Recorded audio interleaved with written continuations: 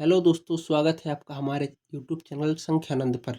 जैसा कि आपको पता है, हम कक्षा 10 की गणित का अध्याय नंबर 1 कर रहे हैं।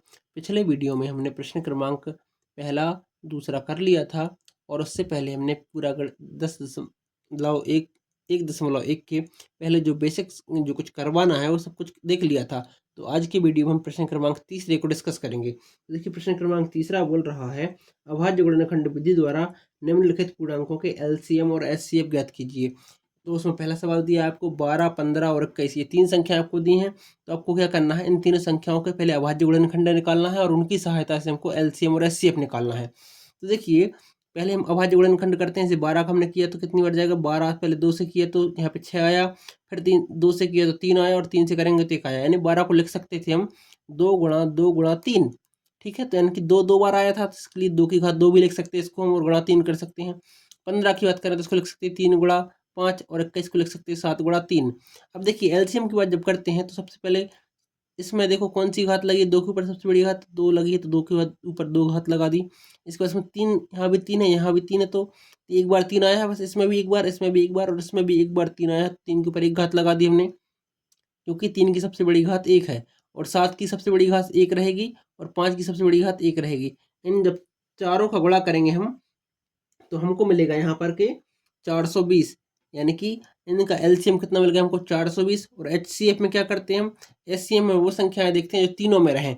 कॉमन क्या है, इसमें 3 एक बार आया है, इसमें भी 3 एक बार आया है, इसमें भी 3 एक बार आया है, तो इसका एचसीएफ कितना हो जाएगा, सिर्फ 3 हो जाएगा। ठीक है, उम्मीद करते हैं आपको इतने बात समझ में आई होगी। अब देखिए, अगला क्वेश्चन देखते हैं हम।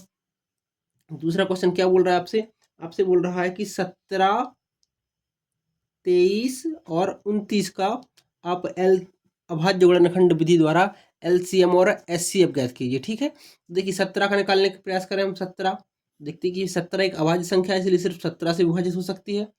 इसके अलावा 23 भी अभाज्य संख्या है, तो 17 को लिख सकते हैं हम 17 की घात 1। इसके बाद 23 को लिख सकते हैं हम 23 की घात 1, क्योंकि ये भी अभाज्य संख्या है। और 29 भी एक अभाज्य संख्या है, इसलिए 29 को भी लिख सकते हैं 29 की घात 1। अब देखिए, एलसीएम कैसे करते हैं हम, मैंने आपको बताया था कि जैसे इसमें 17 संख्या 17 है, 23 है और 29 है, तो सभी का गुणा कर लो। 29 गुणा 23 गुणा 17, तो इन तीनों का जब गुणा करोगे आप तो आपको मिलेगा कितना, 11,339। ठीक है, तो अपना एलसीएम का मान इतना हो गया। और एचसीएफ में देखते हैं कि भाई, एचसीएफ में वो घात देखते हैं, वो संख्या देखते हैं जो इनके अभाज्य गुणनखंड में मिलती है। तो देखिए, इसमें 17 मिल रहा है, इसमें 23 मिल रहा है, इसमें 29 मिल रहा है, इसमें कॉमन तो कुछ नहीं था, तो इसमें एचसीएफ कितना हो जाएगा, सिर्फ 1 हो जाएगा। अगर संख्याएं ऐसी रहें जो आपस में सह अभाज्य रहें, सह अभाज्य क्या होती है मैं आपको आगे बताऊंगा, ऐसी संख्याएं जिनका एचसीएफ 1 होता है।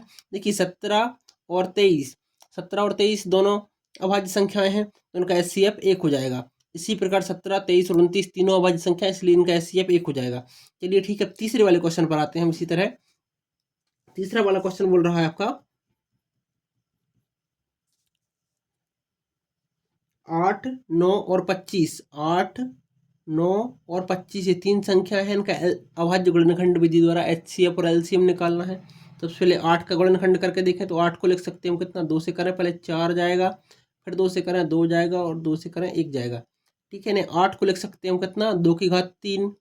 ठीक है, जब 9 की बात आती है तो 9 को क्या लिखेंगे हम, 9 होता है 3 का वर्ग, तो 3 की घात 2। और 25 को लिख सकते हैं हम कितना, 5 की घात 2। अब देखो, एलसीएम में क्या है, सबसे पहले संख्या कौन सी है, एलसीएम में आता है, इसमें 2 आया है, इसमें 3 आया है, इसमें 5 आया है। 2 लिख लिया, गुणा 3 लिख लिया, गुणा 5 लिख लिया। अब देखते हैं सबसे बड़ी घात कौन सी लगी है, 2 के ऊपर 3 लगी है तो 3 लगा लिया। 3 के ऊपर सबसे बड़ी घात 2 लगी है, 2 लगा लिया। और 5 के ऊपर बड़ी घात कितनी है, 2 है, तो 2 लगा लिया। ठीक है, तो यानी कितना मिलेगा अपने को, 2 की घात 3 यानी 8, गुणा 3 की घात 2 है 9, गुणा 5 की घात 2 है 25। इन सभी का जब गुणा करोगे आप तो आपको मिलेगा 1800। ठीक है, 1800 मिल जाएगा आपको, 1800 मिल जाएगा। तो इसका एलसीएम कितना हो गया अपना, 1800 हो गया। और एचसीएफ की बात करें, एचसीएफ कितना हो जाएगा। अब आप देखो, इसमें सिर्फ 2 आया है, इसमें 3 आया और इसमें 5 आया है, कॉमन तो कुछ दिखाई नहीं दे रहा अपने को, कॉमन कुछ दिखाई नहीं दे रहा, तो इसका मतलब सिर्फ इसका एचसीएफ कितना हो जाएगा, 1 हो जाएगा। तो इसी तरह अपना ये प्रश्न क्रमांक तीसरे के तीनों सवाल कंप्लीट हो चुके हैं। अब देखिए आगे बढ़ते हैं अपने वीडियो में और आगे क्वेश्चन करते हैं। सवाल नंबर चौथा में दिया है HCF कौन कौन संख्याओं का, 306 का और 657 का कितना है, ये है 9 है।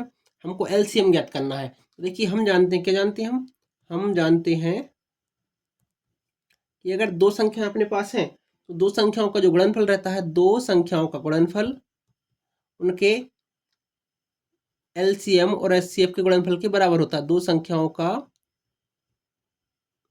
गुणनफल किसके बराबर रहता है, उनके LCM गुणा HCF के बराबर रहता है। ठीक है, देखिए दो संख्या कौन कौन सी थी अपने पास, यहाँ पे बोल रहा संख्या कौन कौन सी, 306 और 657 का गुण उनका HCF दिया है। तो यानी संख्या कौन कौन सी रहेंगी, 306 और 657। इन दोनों का अगर गुणा करें हम किसके बराबर रहेगा, इनका LCM गुणा HCF। तो HCF का मान कितना दिया इन्हें, 9 दिया। हमको LCM निकालना है तो इसको इस तरीके से लिख सकते हैं अपन कि देखिए अगर जो 306 लिखा है अपने पास गुणा 657 लिखा है, जो गुणा में 9 था उसको बटे में लेके जाएंगे हम, तो अपने पास क्या बचेगा, LCM। अगर इस भाग को सॉल्व कर लेंगे तो LCM का मान मिल जाएगा। देखिए अगर इस भाग को सॉल्व करेंगे ना जब हम, तो किससे हो सकता है, ये 9 से कट सकता है। 9 एकम 9, 9 तिया 27, 9 चौके 36, यानी क्या मिलेगा अपने को, 34 गुणित 657 बराबर LCM। और LCM कैसे निकाल सकते हैं अपन, इन दोनों का गुणा करोगे तो इन दोनों का गुणा करने पर मिलेगा आपको 22,338। ठीक है, 22,338 मिल जाएगा आपको। ये क्या हो जाएगा हमारा LCM। उम्मीद करते हैं आपको इतना तो भाग समझ में आ गया होगा। चलिए ठीक है, अपना प्रश्न क्रमांक चौथा यहाँ पर खत्म होता है। प्रश्न क्रमांक 5वां पर आते हैं। अब देखिए प्रश्न क्रमांक 5वां समझने से पहले आपको थोड़ा सी बात समझनी पड़ेगी। ठीक है, प्रश्न क्रमांक 5वां बोल रहा है कि जांच कीजिए कि क्या किसी प्राकृतिक संख्या n के लिए संख्या 6 की घात n अंक 0 पर समाप्त हो सकती है। अब देखिए थोड़ा सा इसका कॉन्सेप्ट समझ लीजिए। अगर कोई संख्या, कैसे करेंगे, यदि कोई संख्या 0 पर समाप्त होती है, यदि कोई संख्या 0 पर समाप्त होती है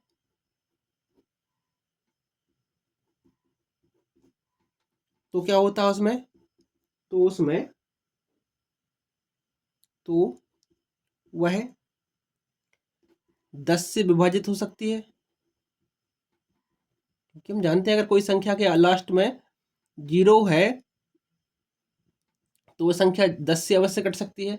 10 से कट सकती है या फिर 10 से विभाजित हो सकती है, इसका मतलब है उस संख्या में 2 और 5 भी रहेगा, तो वह संख्या 2 व 5 से भी विभाजित हो सकती है, से भी विभाजित हो सकती है। ठीक है, अगर कोई संख्या 10 से विभाजित है तो 2 से और 5 से भी विभाजित हो सकती है। अब देखिए अगर किसी संख्या के लास्ट में 0 आ रहा है तो इसका मतलब ये है कि उसके अभाज्य गुणनखंड करने पर हमको 2 और 5 का गुणनखंड जरूर मिलना चाहिए। अगर क्योंकि 10 है, 10 में क्या मिलता है हमको, 2 गुणा 5 मिलता है। तो यानी कि अगर कोई संख्या के गुणनखंड करने पर 2 और 5 मिल रहा है तो वो संख्या के लास्ट में 0 आएगा।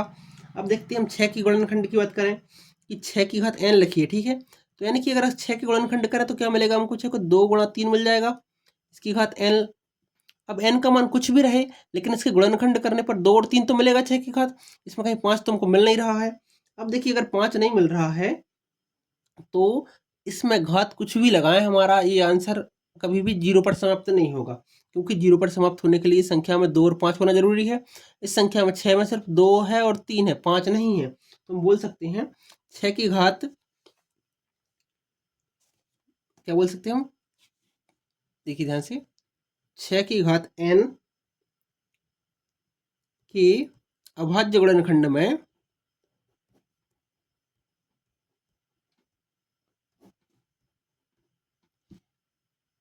इसके अभाज्य गुणनखंड में क्या नहीं है, 5 नहीं है, 5 नहीं है, 2 तो है लेकिन 5 नहीं है। तो यह, तो n के किसी भी मान पर संख्या 6 की घात n 0 पर समाप्त नहीं हो सकती। ठीक है, इसी तरह अपना प्रश्न क्रमांक 5वां पूरा हुआ है। चलिए ठीक है, आज की वीडियो में इतना ही। अब अगली वीडियो में हम प्रश्न क्रमांक 6वां 7वां कर लेंगे। तब तक के लिए धन्यवाद।